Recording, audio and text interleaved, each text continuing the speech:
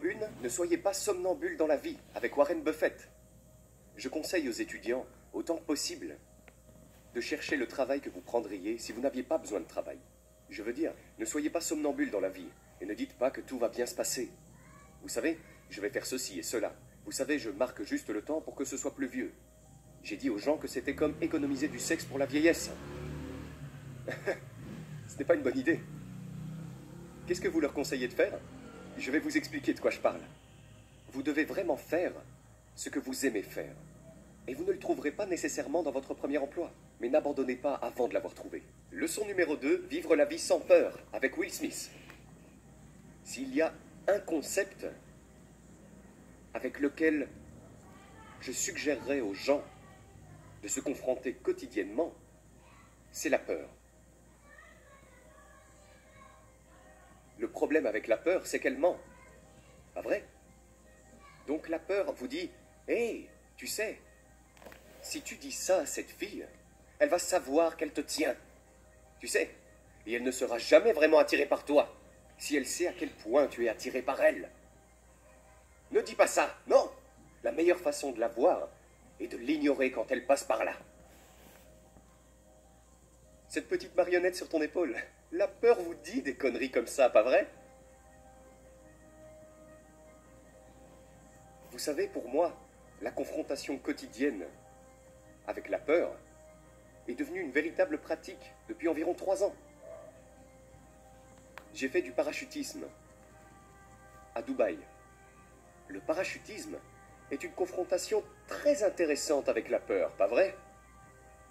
Je dois me lever, je dois me lever, je dois me lever. Donc, avec tous vos amis, ce qui se passe, c'est qu'ils sortent... Oh, désolé, j'ai fait tomber mon truc. Donc, ce qui se passe, c'est que vous sortez la veille, et vous prenez un verre avec vos amis, et quelqu'un dit « Ouais, on devrait aller faire du parachutisme demain !» Et vous faites « Ouais, on va faire du parachutisme demain ! Ouais, ouais !» Et vous dites « Ouais !» Et tout le monde fait « Ouais !» Pas vrai? Et vous rentrez chez vous tout seul, et vous vous dites « Vous vous dites, eh bien oui, je veux dire, ils étaient ivres eux aussi. Pas vrai? Alors peut-être qu'ils ne l'étaient pas, on n'est pas obligé d'y aller, on n'est pas obligé de le faire.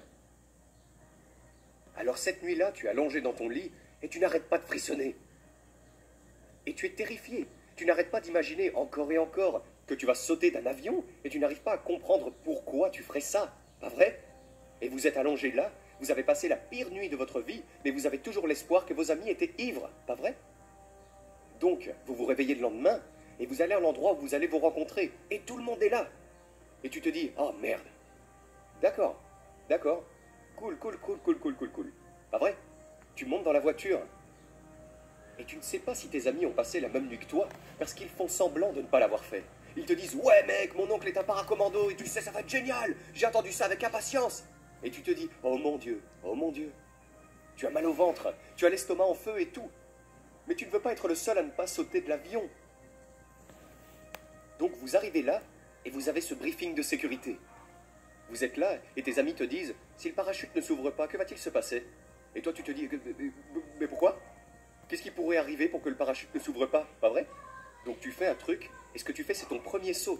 Vous êtes attaché à un gars qui va vous accompagner, donc vous y allez, vous arrivez, et il y a un avion, et personne ne s'arrête. Tout le monde continue de marcher en direction de l'avion. Donc vous montez dans l'avion, et vous êtes assis là, et vous savez, c'est extra, parce que vous êtes assis sur les genoux d'un gars, un étranger, quoi. Vous êtes assis sur ses genoux, et il vous dit, vous essayez de faire la conversation, et toi tu dis, ouais mec, ouais. Alors tu demandes au gars, tu vas sauter avec des gens tout le temps, n'est-ce pas? Oui, tu sais. Et donc tu veux juste t'assurer, tu as des enfants, tu as des gens que tu dois voir, d'accord? Tu veux juste t'assurer qu'il est sérieux, d'accord? Donc tu y vas. Tout est normal. L'avion vole, monte, jusqu'à 14 000 pieds, et vous remarquez qu'il y a une lumière. Elle est rouge, et elle est jaune et verte, d'accord? Donc en ce moment, la lumière est rouge. Alors vous commencez à penser qu'à un moment donné, le feu va passer au vert. Mais vous ne savez pas ce qui va se passer, n'est-ce pas? Vous attendez que la lumière passe au jaune, puis au vert, et quelqu'un ouvre la porte.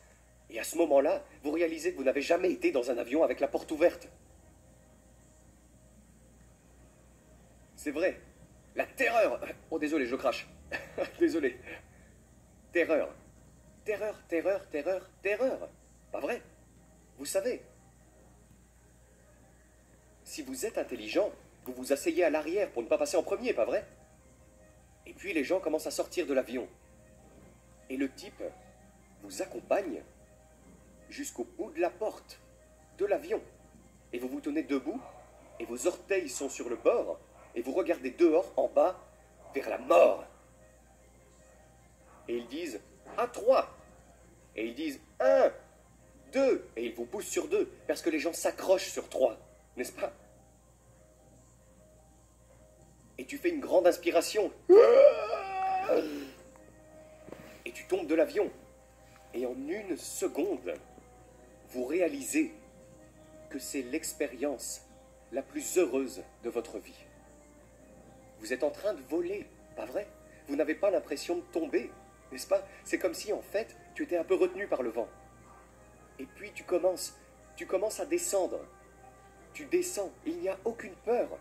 Tu réalises que le point de danger maximum et le point de peur minimum, c'est la béatitude. C'est la béatitude. Et tu voles, pas vrai?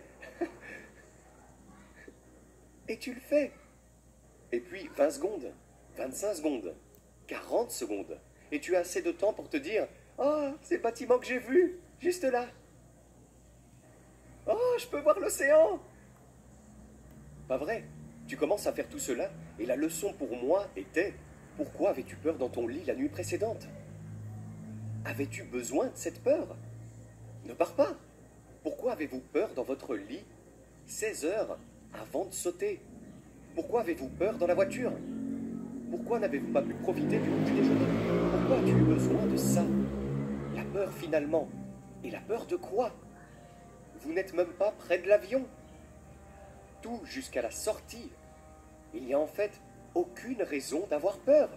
Ça ne fait que gâcher ta journée. Vous n'avez pas à sauter.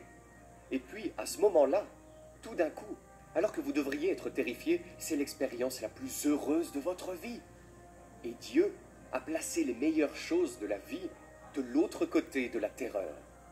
De l'autre côté de votre peur maximale se trouvent toutes les meilleures choses de la vie. Leçon numéro 3, arrêtez de vous plaindre, avec Gary Vaynerchuk. Et si je vous disais que c'est le dernier lundi matin de votre vie? Et si je vous disais que vous mourrez cette semaine? Vous plaindriez-vous de votre travail de merde? Ou de ce test que vous ne voulez pas passer? J'en doute. Tu penserais à un niveau beaucoup plus élevé. Eh bien, c'est vraiment ce qu'il faut. Il faut comprendre que si tu n'es pas gonflé à bloc en ce moment, si tu rechignes à faire ce que tu es sur le point de faire, si tu n'as pas hâte d'y être, écoute, je respecte l'aspect pratique. Tu dois aller à l'école parce que tes parents le veulent. Tu dois payer ton loyer. Tu as des prêts étudiants. Je comprends. Mais reconnaissez le monde dans lequel nous vivons. Nous vivons dans un monde où il y a tellement d'opportunités. Ce truc de l'Internet a créé beaucoup plus d'opportunités pour nous tous. Beaucoup plus. Je veux dire, regarde, tu pourrais ne même pas être en vie. Par exemple, ta mère et ton père auraient pu faire l'amour, genre 3 minutes plus tard, et tu n'existerais même pas. Et tu te plains. Tu aurais pu finir par être un bus, un arbre. Je ne comprends pas l'idée d'avoir la tête basse et triste un lundi matin. Je vais faire de mon lundi matin le meilleur. Je vais faire de mon matin quotidien le meilleur. C'est ce que je veux faire tous les matins. Et c'est ce que j'attends de vous. S'il vous plaît, prenez un peu de recul et pensez à quel point c'est génial. Et ensuite, reconnaissez que vous pouvez attaquer le monde d'une manière totalement différente, parce que vous avez eu la chance de naître à cette époque. Leçon numéro 4, connaissez votre destination avec Simon Sinek. Imaginez que nous nous trouvons dans une grande pièce vide, d'accord? Et nous sommes debout dans un coin, et je vous donne une instruction simple. Je veux que tu ailles dans ce coin en ligne droite. D'accord? Tu y vas, pas de problème, d'accord? Sans te le dire, je glisse une chaise devant toi. Et toi, que fais-tu? Tu fais le tour de la chaise. Maintenant, tu viens de désobéir à ce que je t'ai dit de faire. Je t'ai dit d'aller vers ce coin en ligne droite. Mais c'est la chose étonnante à propos des êtres humains, qui est que lorsqu'on nous donne une destination claire, nous utilisons notre propre créativité et notre propre sens de l'innovation et nos propres capacités de résolution de problèmes pour surmonter les obstacles et arriver à destination. En d'autres termes, la destination est plus importante que l'itinéraire, n'est-ce pas? Nous sommes flexibles sur l'itinéraire, nous sommes obsédés par la destination. Un autre scénario maintenant. Nous sommes debout dans un coin ensemble et je vous donne une instruction simple. Allez quelque part dans cette pièce en ligne droite. Et vous me dites, eh bien, où voulez-vous que j'aille? Je réponds, je ne sais pas. Tu es intelligent, débrouille-toi. Va en ligne droite. Et donc tu choisis un point, tu commences à marcher, et sans te le dire, je mets une chaise devant toi. Et que faites-vous? Vous vous arrêtez net. Je dis, pourquoi vous vous êtes arrêté? Vous faites, eh ben, vous avez mis une chaise devant moi. Ou bien, vous faites un virage soudain et vous allez dans une autre direction. Pas vrai? Et c'est le problème, c'est le même obstacle. La différence est que lorsque vous avez une destination claire, les obstacles deviennent faciles à surmonter. Quand vous n'avez pas de destination claire, vous continuez à vous enliser. Et ce que nous faisons dans nos entreprises, c'est que nous comptons les pas que nous faisons le long de la route, mais nous ne regardons jamais la destination. N'est-ce pas? Donc une entreprise dit: nous avons fait 1 million de dollars cette année, nous prévoyons seulement de faire 800 000 dollars. C'est comme nous avons fait 10 pas, nous avions prévu d'en faire seulement 8. Où est-ce que vous allez? Aucune idée, hein? On compte les pas. Et donc le point est que les gens veulent sentir que l'effort qu'ils exercent se déplace réellement quelque part.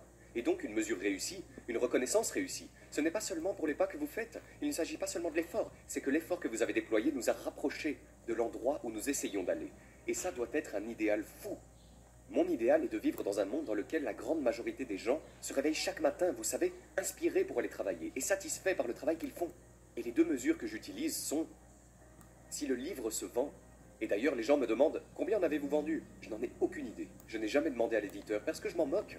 Je ne me soucie vraiment pas de savoir combien j'en ai vendu.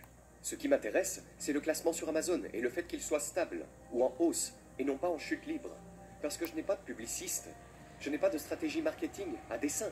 Je n'ai pas engagé une de ces entreprises pour vendre le livre à ma place. Et la raison est que je ne suis pas intéressé par la vente de livres, je suis intéressé par le partage d'une idée. J'utilise donc cette métrique pour m'aider à comprendre si je suis en train de marcher dans la bonne direction, parce que plus je prêche, est-ce que ça résonne, vous savez? Et donc vous avez un couple de ces métriques imparfaites qui vous aident à comprendre si vous allez sur le bon chemin. Donc ce n'est pas seulement un grand effort, regardez ce que vous avez réalisé, parce que c'est ce que nous faisons maintenant, pas vrai? Notre objectif est d'augmenter le chiffre d'affaires de 50 millions de dollars. Pour quelle raison? Hein? C'est-à-dire que nous devons connaître la destination, et ensuite, nous disons: incroyable, nous nous sommes rapprochés plus de la destination. Si nous allons vers à droite, c'est parce que nous avons surmonté un obstacle. Si nous n'étions pas allés à droite, nous aurions été coincés pour toujours. Merci. Vous savez, ce n'est pas toujours des lignes droites. Ce ne sont pas toujours des lignes droites. Mais c'est dans une direction. Elle sort la canne. Leçon numéro 5, profite de la vie, avec Jack Ma. Je ne suis pas sûr, dans le futur, si je dirigerai ou je serai stupide. C'est pourquoi je devrais prendre ma retraite tôt, pendant que je suis encore jeune. C'est pourquoi j'ai beaucoup de choses que je rêve de faire. Je veux faire de la philanthropie, je veux être professeur, je veux retourner à l'école, je veux faire de l'environnement. Le monde est si merveilleux. Pourquoi devrions-nous nager dans la mer d'Ali Baba tout le temps? Je suis dans ce monde, pas pour travailler. Je suis dans ce monde pour profiter de ma vie. Je ne veux pas mourir dans mon bureau, je veux mourir sur les plages.